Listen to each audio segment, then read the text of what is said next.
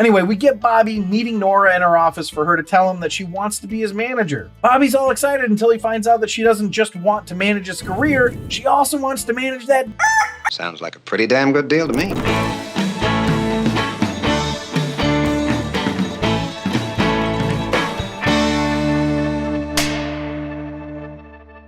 Welcome back to another episode of The Rank. I'm John, and today we're going to be ranking the next episode of Taxi. Now, for those of you who are new to the show, I'm going to give you an agenda real quick. I start off with the Potent Notables, which are just a couple interesting facts or tidbits that I found out about the episode or series. Then I do the episode overview, which is just me talking about everything that happened in the episode. And then I do the rank, where I rank the episode in 5 categories on a scale of 1 to 5, 1 being the worst, 5 being the best, all to figure out what's the best sitcom of all time. And today we're going to be ranking the 18th episode of the second season of Taxi, titled What Price, Bobby?, which was written by Ken Eston and directed by Jimmy Burrows. Now, this series is 45 years old, so there are going to be spoilers here. If you want to watch it before watching this or listening to this, feel free. Otherwise, buckle up for spoilers. But let's dive into this episode and figure out how it stacks up, starting with the Potent Notables.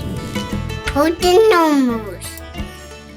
So this 40th episode of Taxi was released on Tuesday, January 22nd, 1980. All right, and then on to the last Potent Notable. It's not a big one, but it's kind of fun for those who have been watching along for a while here, because I'm always kind of making fun of Judd Hirsch being in every freaking scene. This episode is the incredibly rare Taxi episode where Judd Hirsch isn't in nearly every scene. Actually, he's only in the tag scene as he was busy filming his part in Ordinary People. There you go. Those are the Potent Notables. Let's go to the episode overview. All right, so we've got yet another episode about Bobby's acting career, and of course, it's not going to end up going well for him. Now, Bobby has historically not been my favorite character, but he has been growing on me lately. Additionally, as much as I feel like we've trodden this ground before, I didn't come away from this one being annoyed by Bobby. So that should bode well, right? Probably not, but maybe. Now, we open with Bobby picking up a woman in his cab and recognizing her as a manager to the stars. And he puts on a heavy pitch to her to become his manager. This ends up being quite a long conversation that ends with the inevitable agreement on her part that she'll come see him at his play. By the way, he gives the synopsis for the play that he's in as a bunch of people stuck in an elevator, and I can actually see that working. Sounds kind of boring. He's kind of bashing it, saying it's boring. And he's right.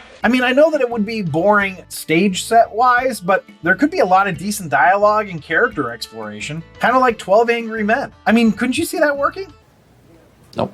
I feel like it could work. Anyway, Nora, the manager from Bobby's cab here, does eventually go to the show, and lo and behold, she likes Bobby's acting. Presumably, he's better than Jeff Conaway. Also, during the interim between the cab ride with Nora and her actually talking to Bobby about it later, we find out that Alex isn't going to be a part of the episode because he's skiing somewhere and never coming back. This was so weird to me because it's not alluded to in the previous episode that he's going to be vacationing, but they talk about it like it was. Like, they never say, Alex went here and isn't around. It's just like, he's having fun skiing and doesn't want to come back. Okay, well, after the Alex exposition that was barely exposition, which, again, is so odd because this show loves some exposition. Anyway, we get Bobby meeting Nora in her office for her to tell him that she wants to be his manager. Bobby's all excited until he finds out that she doesn't just want to manage his career, she also wants to manage that dick. Sounds like a pretty damn good deal to me. And then Bobby is all downtrodden. I don't know how to feel about this. I get that he's got moral scruples and whatnot and kind of feels like a prostitute,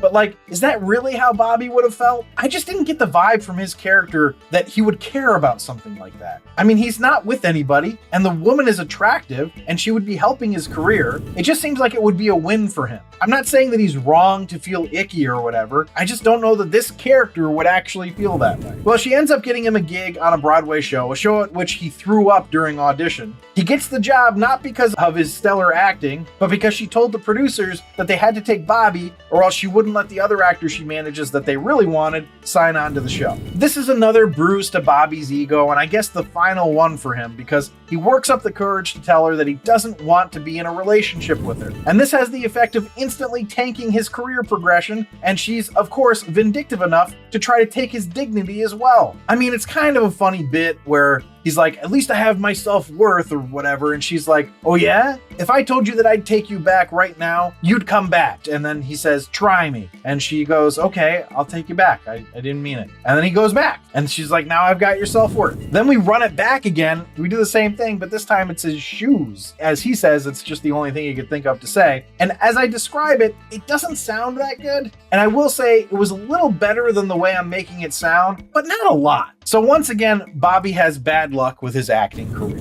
Now after that, we get Alex's one scene where he's talking to them from some ski resort and admits that he has to come back because he's got no money left. But that's not how we end. We end the show with a depressed Bobby getting a cab from Louie, who was actually kind of nice to Bobby, weirdly. But that's the whole episode. Let's see how it ranked. A rank.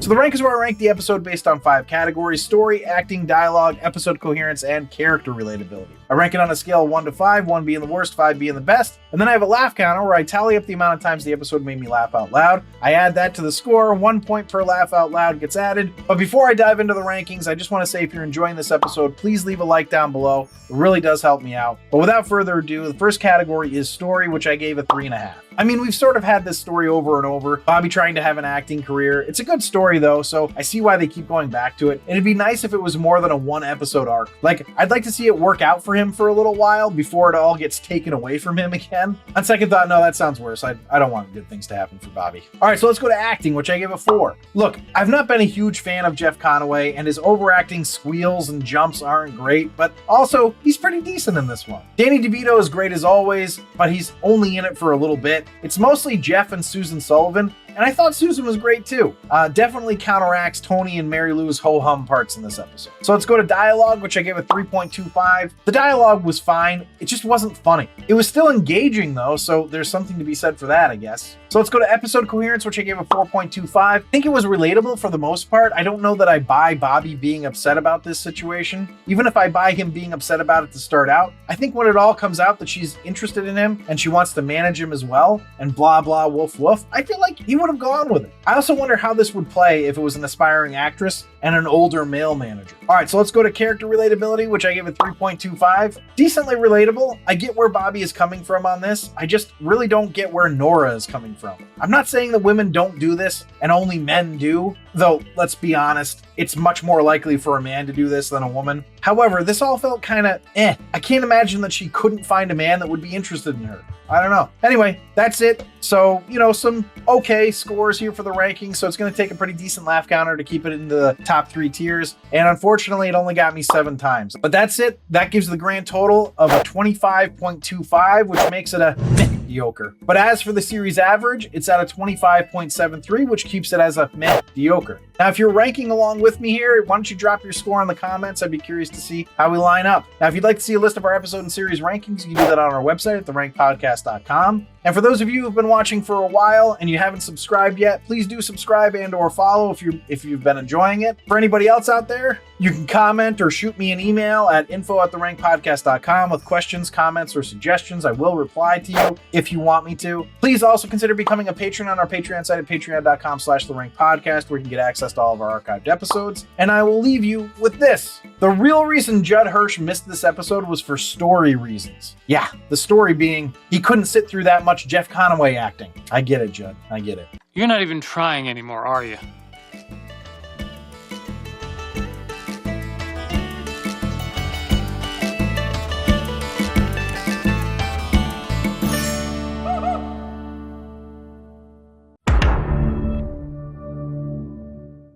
I'll figure out what's the best sitcom of all time.